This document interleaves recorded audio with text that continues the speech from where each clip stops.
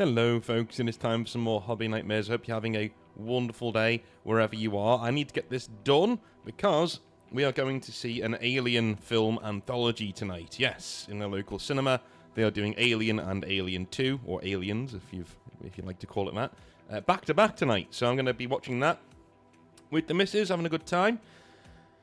So what that means, I've got to get going. I've got to get readings. Let's jump in, shall we, with JR, who is first. How's it going, JR? I really want to read this in, like, JR's voice, you know, like the wrestling commentator. Good old JR. Anyway.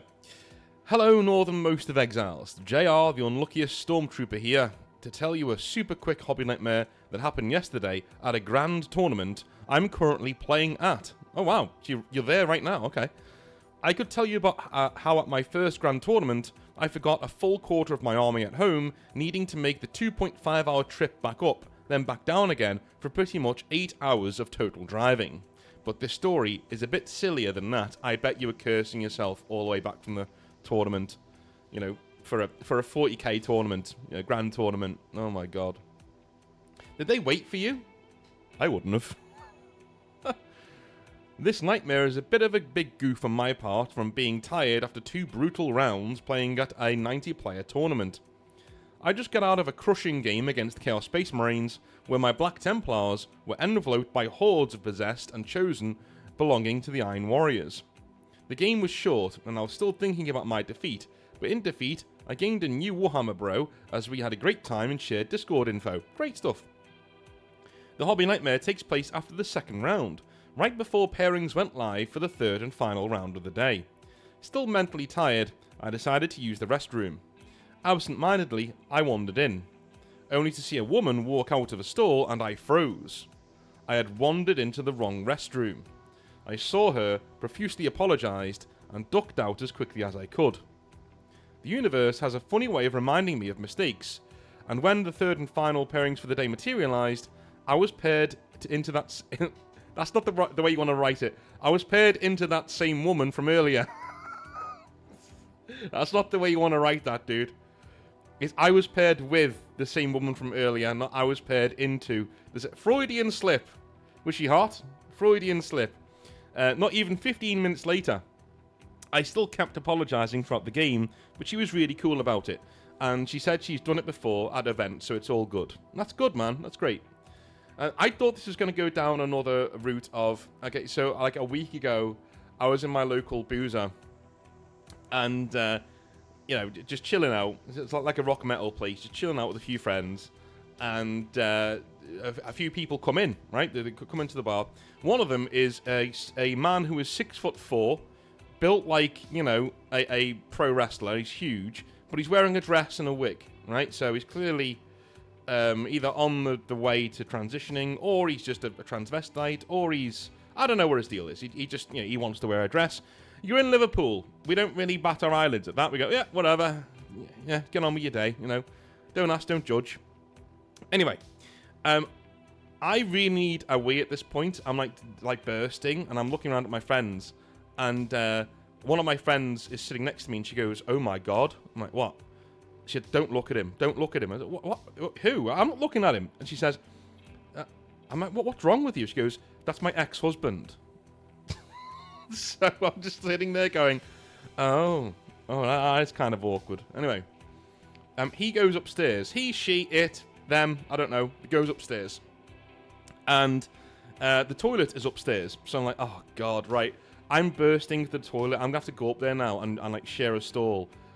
And, like, try not to, you know, because it's a urinal, right? So you're all standing next to each other. I'm going to have to stand next to this dude in a dress. And not try and... like, be awkward about it. But then I thought, you know what? North, stop being so nasty about it. You know, people make their life choices. Just get on with it, dude. You know, man up. So I did. Do you know what I mean? Like, because everyone takes all kinds to make a world, you know. So I go upstairs, and the women's toilet door opens up, and out walks this 6'4" dude, and goes down the stairs. And I'm like, what? So I go and do my business in the men's, and I come downstairs, and I say to the people there, including like I'm friends with the manager of the day, And I said, listen, man, I'm not really happy with that, because that's like, a lot of the ladies in here are really small. They're really small, doddery, do you know what I mean? Like, it's during the day, do you know what I mean? This ain't right, you know, it's not the done thing. And he said, yeah, no, absolutely. He said, if he or she, whatever, goes to go upstairs again, I'll pull them aside and have a word, because it's not appropriate. Because, again, the girls we had there were all, like, in the 50s. They're all very small. You know, they're not up on what's going on with trans people, things like that. And it's just going to create issues, and it's going to kick off. Or, even worse, make them really uncomfortable and make them just hold it in. You know, and when I sat back down again, a few of the girls did say, yeah, I saw him go upstairs, and I'm going to go to the pub down the road to go to the toilet. And that's not right. Do you know what I mean? And the way I thought about that is that my heart goes out to the person who is either transitioning or wearing a dress for some reason, I don't know. And my heart goes out to them and hope that they do well in life. But at the same time, if you're a good human being, if it makes you feel good about yourself to go to the toilet say if you're a man who's wearing a dress, I can't believe I'm talking about this, but you got me going now. Say if you're a man wearing a dress, right, and it'll make you feel good to go to the ladies' bathroom instead of the men's, right? That's great. But if also in your mind you're thinking, it'll make me feel good, but it'll make every woman in here feel really uncomfortable, but you do it anyway, you're a bit of a dick. Do you know what I'm saying? You're putting your own feelings above the vast majority of the women who are in there. And that's a bit of a dick move. Just to me. And it doesn't matter whether you're trans or whatever. That's a human being thing. And that's not a very nice thing to do. Okay? And it sucks. I know, you've got my complete sympathy. But at the same time, it doesn't mean you can make other people feel uncomfortable about going to their own bathroom. Do you know what I mean? It's one of the very few places in a pub or a bar where women can go and have a bit of seclusion and be on their own. Do you know what I mean? Same with dudes in their bathroom, by the way. Do you know what I mean? But, and it's that very reason was why I chose to go to the bathroom in the first place, to say, listen, man, that's ridiculous. Don't judge this person by the like a book and a cover. Don't do that, right? Just go to the toilet as you normally would. Treat that person as a normal person. And I was prepared to do that. I would have gone into the bathroom. All right, mate, how's it going? You know, done my business and then left. You know, as you would normally do. So it's that kind of attitude that I explain to people when they say, well, what harm does it do letting them use the women's toilet? Well, it does, because, you know, it makes a lot of women feel uncomfortable. And if you're the kind of person who says, I don't care about that, I'm going to go anyway because, you know, I should be able to, you're a bit of a dick. You're a bit of a dick, all right? The world isn't your pony, and I wasn't happy, put it that way. I wasn't raging or anything, but I just made my feelings known on the matter. Sorry, mate. Sorry, JR, but your story reminded me of something that happened very recently to me, and it was quite funny. Dude, the fact that it was her husband is so funny. Like, she was just like, oh my God. I went, you know what? Some women make them gay by being with them. You make them women. She was like, shut up. Anyway, I wanted to finish this post and just say that I have been met with nothing but love and support by the tournament scene here in Arizona. I was worried about the sharks in the water, but even when I get my butt handed to me by pro players, they are always very encouraging. I just wanted to shout out to all the awesome Grand Tournament players who are courteous, kind, and awesome people to both play with and around. Always welcoming of new people entering the competitive scene. I've been inviting some of these people to small tournaments I run at my local game store. Whether it's a mistake or not, only time will tell. But the people I've been asking feel like they will only enhance our community and help inspire more friendly competition. Anyways, sorry for any typos, grammatical mistakes, or any other wonkiness, as I don't have too much time to proofread before my game for today. Have a good one, North. Cheers. Alright, cheers, JR. Well, good luck with that game. I hope it went well for you. Alright, moving on to our next hobby nightmare. It is from Liam. How's it going, dude? And he says, hey, Northern. Been watching your channel ever since I started enjoying the hobby, and it's been a fun ride so far. Good man. You can call me Liam, but everybody else will have made up names, alrighty? Today's story is for Friday, I believe, since this one is honestly a good story. Well, good stories can be on any day. Emotional ones we keep on Fridays, but there we go. That's why we call them Feels Fridays, but there we go. Moving on. I started getting into Warhammer in early June, I have two friends, David and Joe, who are really into Kill Team. We are still in high school, meaning we have no money to buy into 40k. So we have been with Kill Team for a bit now. It's been fun. Oh, you're in high school. Should you really be watching this channel? I got you. Caught you. Should you be watching this channel? I'll read the rest of this out. But if it goes into any weird places, I'm going to stop. I'm going to be angry. Alright? Let's move on. We are still in high school, meaning we have no money to buy into 40k. So we have been with Kill Team for a bit now. It's fun, learning more about 40k but playing the quick version. This means that we can hang out every now and then and actually get in a lot of games over the course of a day. Eventually, David, one of those good friends of mine, introduced me to his dad and a Discord for my area's gaming group. It's a very large group, with a few guys who have been around the block a few times, helping me understand Warhammer a little bit better. I went to a Kill Team tournament, which also happened to be right after I played my first game of Kill Team. The tournament went well, and I even went 2-1 in the rankings. A few weeks later, I was asking around to buy a 3D printed Chronomancer, Necron Kill Team leader, and one guy offered to sell it to me for $10. He eventually printed it out and painted it for me, which is really nice of him. But he also enclosed another picture, one of around 1,300 points of custom 3D printed Necrons and specific made lava bases for my paint jobs. I'm trying to do the Lavacrons aesthetic, and if I find a picture, I'll send it over. Okay, cool. I will whack this one on, no problem. I asked what this was, and he said it was my beginner gift to get into the hobby. 1,300 points worth of free 40k Necrons. Wow. Wow. Jeez. Okay. I thought I'd been given a bit too much here. Measurement markers, tokens for my guys, you need a lot for Kill Team, even a free set of Necron-specific dice that would have cost $50. There is no real end to it, seeing as I'm barely 2 months into the hobby, but this has already changed my mental health drastically. It's given me something to look forward to. During school, if I'm stressed, I'm thinking about painting my new Thousand Suns Kill Team. It's also helped me gain a large number of new friends. All in all, I just wanted to throw out a beginner's journey in Warhammer that wasn't all bad. Alright, cheers, dude. Well, do you know what? Like, I have to admit, from a teacher perspective, right? From a teacher perspective, there are sometimes when a kid says something to me, my alarm bells go off, even if they shouldn't really. Do you know what I mean? It's completely innocent. And I shouldn't really be going, whoa. But an adult giving loads of things to a child always makes me go, oh, just a second, you know, that kind of a thing. These are cool Necrons, though, dude. These are awesome Necrons. But also, I'm guessing this is an innocent thing. This is totally fine. You know, like, from the way you've described it, it's totally fine. It's not a big deal. So, all good. It just, you know, I'm not the only one listening to this Hobby Nightmare who would have gone, you know, that kind of a thing. Because we're there to protect you, dude. That's what we do. We're adults, right? We're there to make sure you're okay.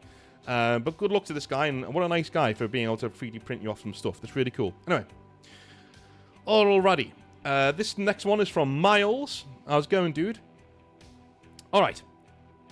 It is a pleasure to finally write to you, North. Your videos are absolutely wonderful pieces to work with, whether I'm working on my miniatures, Go Space Marines, or just doing my actual profession to ensure I can fund my plastic crack addiction. That's what jobs are for, man. That's what jobs are for. Let me just take a sip of coffee. My stories aren't that interesting, however, I figured they would be good for somebody who wants a small chuckle while they try to edge highlight their vehicles or infantry. That's what the channel's all about, man. A good chuckle whilst you're doing your hobby. I have one actual Hobby Nightmare that involved entirely caused... I have one actual Hobby Nightmare that involved entirely caused that I feel... I don't know what that means. That you were involved in that you entirely caused, is what you're trying to say. Alright, okay. I have one actual Hobby Nightmare that I was involved in that I entirely caused that I feel you'd be interested in listening to. Alright. This story is fairly recent, but most of the personable details have been altered for the sake of not embarrassing anybody associated with me or the location that will be presented in this Hobby Nightmare. Where I live, there is always this big 40k tournament that goes on. It's not a competitive thing, even if there are some prizes. It was a community organised tournament and was advertised as being the list that makes you smile. Okay. But then again, can't like a really big metagamer and, fun destroyer come in and say, well, it makes me smile to annihilate everybody's armies? I don't know. What made this tournament stand out a tad was that the venue was not concrete every single year. One year, you could go to a big indoor space that is well air-conditioned in someone's backyard if they volunteered, or like this year, you could have a local pub host your tournament. I liked this particular pub, so I made the effort to go on a Saturday with my 1,000 points of Loyalist Emperor's Children, Purple Primaris Marines because I can't be bothered to kit bash, and enjoy the time with my friends and tournament goers. Okay. I know a lot of Horus Heresy players are going to be like, no, you can't do that, you can't. Okay. This started at about 8 in the morning on a lovely June day. The games go as one would expect, but around noon, the owner of said pub grabs everybody's attention to say they have officially opened their kitchen, but more importantly, they've just opened up their drinks. Oh no. Oh no. I love a good drink as much as any other man, and given it's a lovely June Saturday with the lads, I chose to purchase a few pints to keep a buzz going whilst playing. Before you get any ideas, I must state I am very knowledgeable of how much my body can tolerate, given the importance of a job that I do hold. I never drink enough to mess with my balance, just enough to be a little buzzed to make the time go a little funnier and a little quicker. It didn't help that most of my friends were present as hobby nerds, making me more relaxed and inclined to drink enough to promote my buzz to an impulsive speech issue. Oh god. it's just not a good idea. Alright, let's carry on. Let's see where this goes. Alright, this came to an unfortunate head at my last game of the tournament. I was facing a really wonderful man and his Tau army, and to be frank, they were absolutely kicking my ass. It was one of those games where your dice are doing everything in their geometric power to give you rolls that don't help you, saving only good rolls for a single unit or model that didn't need them. That one model in particular being a Redemptor Dreadnought named Phil, whose dice never failed to deliver. I had less models than this Chad facing me, but we took every single turn with whoops and hollers for every battle and victory. This culminated in me rolling well enough that my Redemptor killed his hammerhead in melee combat, resulting in the horrible saying of, "I fisted the aeroplane," quote unquote, at the top of my slurred lungs. In that moment, I found no issue with the words that were falling out of my mouth, neither did my opponent, so we continued giggling like two little schoolgirls, writing bad words on our desks.